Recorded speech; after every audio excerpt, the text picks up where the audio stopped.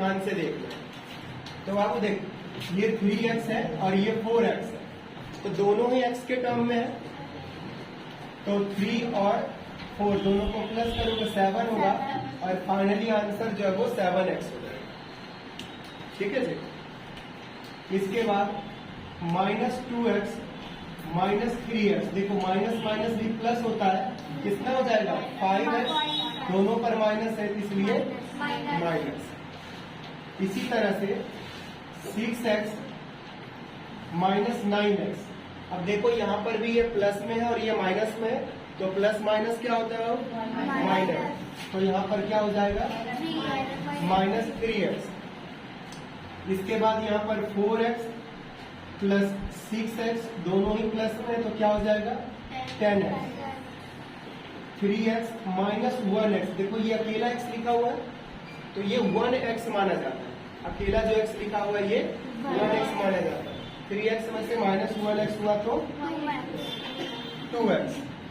इसी तरह से x में से x माइनस हो जाएगा तो 0। 2x में से अगर 0 माइनस करोगे तो क्या बचेगा 2x, क्योंकि 0 माइनस करो या 0 प्लस करो वही आएगा, है ना। माइनस प्लस करने से 0 में कोई फर्क नहीं पड़ता। इसी तरह से 0 -3x करो तो कितना आंसर आएगा -3x, और यहाँ पर भी 3x। अब यहाँ पर एक चीज नोट करो, जो भी हम प्लस माइनस कर रहे हैं इन सब में x लगा हुआ है, इन सब में क्या लगा हुआ है x लगा हुआ है। कितने टर्म है, 1 2 2 टर्म, 2 टर्म वाले को बोलते हैं बाइनोमियल, द्विपदी। ठीक है, 2 पद है। इसी तरह से बच्चों अगर ये इस तरह से हो 3x 6x 2x, तो देखो तीनों ही x में है, आपस में जुड़ जाएगा, मुंह में पेन मत रखो, और तीनों प्लस में ही है, तो जब सभी प्लस में है तो सभी प्लस हो जाएंगे, तो कितना हो जाएगा 11 है। समझ रहे हो।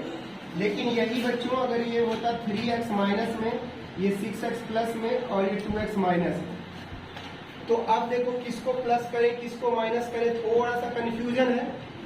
तो ये कितने टर्म का है, 3 टर्म का है, यानी ये त्रिपदी है, तो त्रिपदी को पहले द्विपदी में परिवर्तित कर देंगे, यानी ट्राइनोमियल को पहले बाइनोमियल। तो करना क्या होता है, पहले इन 2 को सॉल्व कर लो, जो आएगा यहाँ लिखो, साथ में फिर ये देखो। जिन बच्चों को पता है वो बच्चे बीच में ना बोले ज्यादा, क्योंकि सभी बच्चे अच्छा नहीं पढ़ते हैं, ये चिंता मुझे खाए जा रही है। अगर बच्चे अच्छा पढ़ रहे हो तो इससे ज्यादा खुशी की बात और मेरे लिए क्या हो सकती है ना। कसम से कह रहा हूँ, बिल्कुल कसम से, जब तूने 4000 रुपये दिया ना तो खुशी हुई, अच्छा लगा। लेकिन जब तू पढ़ के होशियार हो रहा है ना तो और बहुत अच्छा लगता है, बहुत अच्छा लगता है। ठीक है, क्योंकि पैसे तो लग रहा था मेरा अधिकार है, कोई फीस पढ़ रहे तो ऐसे देगा ना पैसे, है ना, तो लगता है देगा, ऐसे कैसे नहीं देगा। लेकिन जब वो पढ़ रहा होता है, बच्चा सीख रहा होता है, वो अपने मर्जी से पढ़ रहा है ना, मैं जबरदस्ती कुछ नहीं कर सकता, कोई नहीं कर सकता, तो लगता है देखो वाह कमाल करते हैं, देखो सीख रहा है, तो बहुत बहुत खुशी होती है, बहुत अच्छा लगता है। समझ गए। तो सीखने का एक ये भी तरीका है कि आप बीच में ज्यादा ना बोले, अपनी हीरोपंती ना दिखाएं, क्योंकि आप आरआर के हीरो हो, जब सुपर डुपर हिट होगी तो पता चल जाएगा सब। ऑस्कर जीतोगे तो सबको पता चलेगा, नहीं तो जब ऑस्कर का टाइम कब आएगा, जब आपसे पूछा जाएगा बताओ इसका क्या होगा, तब बोलोगे। और देखो कितना मजा आएगा, जब अभी बीच में बोलोगे तो और भी 2-3 लोग बोलेंगे और तुम्हारा सही बताना नजरअंदाज हो जाएगा, तो उतना इग्नोर करे, ध्यान नहीं देगा। लेकिन अगर पूछा गया, सारे बच्चे शांत हैं, अगर पूछा गया सारे बच्चे क्या है, शांत हैं, और तुम उसके बीच में बता रहे, तुम उस बीच में बता रहे, तो सारे बच्चे तुम्हें देखें, सबको पता चलेगा कि आरआर हिट हो। तो ऐसा सिचुएशन आने दो, है ना, हर किसी को मौका मिलेगा। ठीक है, बस ध्यान देने की जरूरत है, ध्यान दो इधर भाई। तो इसमें सबसे पहले इन दोनों को कर लेंगे। तो देखो -3x और +6, तो इन दोनों को माइनस प्लस माइनस होता है तो बचेगा 3x, और फिर साथ में ना यही लिखोगे 2x। देख रहे हो, इस पूरे को हमने इतने में बदल दिया। कहां से ये आया, यानी ये 2 सॉल्व होके ये आया और ये साथ में इसके था माइनस में तो रह गया। अब इन दोनों को ही सॉल्व करना है, तो 3x में से 2x माइनस हुआ तो 1x बचा, और 1x को प्यारे बच्चों सिर्फ x लिखना होता है, क्योंकि एक मल्टीप्लाई इसके साथ होता है तो उतना ही आता है, एक लिखने की जरूरत नहीं है। एक और क्वेश्चन लेते हैं, देखो माइनस वाई और चौथी बार भी -y। जब ऐसा होता है ना सब माइनस में, तब कंफ्यूजन नहीं है। सब जब माइनस में है तो कंफ्यूजन नहीं है, हमें पता है कि सब माइनस माइनस प्लस हो जाएगा, तो ये हो जाएगा -4y। लेकिन यही हो 2y और यहाँ 6 में हो y, यानी ये दोनों अलग अलग भी है, लेकिन एक प्लस में और एक माइनस में, एक प्लस में और एक माइनस में, और इधर मान लो फिर से माइनस। तो अब हमें सोचना पड़ता है कि पहले इन दोनों को कर लेते हैं फिर इसको करते हैं, क्योंकि अब देखो ये प्लस माइनस माइनस होगा, बड़ी संख्या के आगे प्लस है तो प्लस आएगा निशान, फिर जो आएगा उसके हिसाब से इसके साथ होगा। तो आप डायरेक्ट इसको नहीं कर सकते।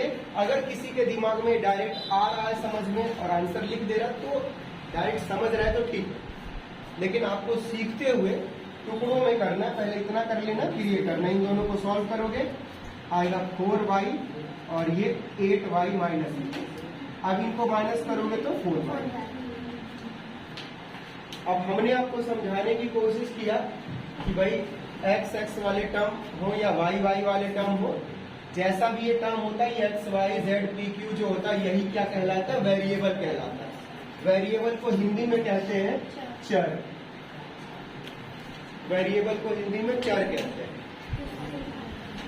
अगर 2 टर्म का है तो सीधे प्लस माइनस हो जाएगा, 2 टर्म का है तो सीधे प्लस माइनस हो जाएगा, और अगर 3-4 टर्म का है तो 2-2 करके टुकड़ों में थोड़ा थोड़ा करके सॉल्व करेंगे। ठीक है, अब यहाँ पर देखो ये जितने भी सवाल आपने किया ये सभी लाइक टर्म्स है, लाइक टर्म्स, ये सभी लाइक टर्म था, मतलब एक जैसे पद थे। लेकिन अगर बच्चों इस तरह से आ जाए 3x + 2y, तो ये है अनलाइक टर्म, यानी एक तो x वाला है दूसरा y वाला है, तो इन दोनों के बीच में प्लस नहीं सॉल्व होगा, माइनस भी सॉल्व नहीं होगा, यानी सम नहीं होगा। क्यों नहीं सम होगा, क्योंकि ये अनलाइक टर्म है, यानी नो, ये सॉल्व नहीं होगा। अगर बच्चों -3x है, यहाँ पर सिर्फ 2 है, तो देखो ये 2 है और ये 3x है, तो ये x वाला टर्म है, ये बिना x वाला ये भी है अनलाइक टर्म, तो ये भी सॉल्व नहीं होगा। ठीक है, नो। इसी तरह से यहाँ पर 4y है, यहाँ पर 2p है, तो ये भी नहीं होगा सॉल्व। यहाँ पर बच्चों 3 है, इधर x है, तो ये भी सॉल्व नहीं होगा। तो लाइक टर्म होना जरूरी है। अब एक बार ध्यान दो क्वेश्चन में -3x -4x और यहाँ पर है y, तो बच्चे कह सकते हैं कि ये तो ट्राइनोमियल है, 3 टर्म है, लेकिन 2 टर्म तो एक जैसा है ना, तो ये 2 टर्म सॉल्व हो जाएगा, बाकी ये नहीं होगा। उदाहरण के लिए कैसे, इसको आप नीचे नीचे भी सॉल्व कर सकते हो, जैसे इन दोनों को सॉल्व करेंगे तो -7x आएगा और ये y। अब ये दोनों आपस में माइनस माइनस प्लस नहीं होंगे, क्यों, क्योंकि ये x वाला और ये y वाला। तुम्हें सोचो ना, दोनों को अगर कर देंगे माइनस माइनस प्लस 7 1 8, लेकिन x लगाएंगे कि y लगाएंगे, दोनों कैसे लगाएंगे, इसलिए प्लस माइनस सम नहीं होता। सम करने के लिए सिर्फ लाइक टर्म्स होते हैं, और अनलाइक अगर टर्म दिया हुआ है तो सम सॉल्व नहीं होगा। इसको नोट डाउन कर लो, पेज नंबर 27 देखो नोट्स में, उसमें ढेर सारे क्वेश्चन है, उसकी प्रैक्टिस करो।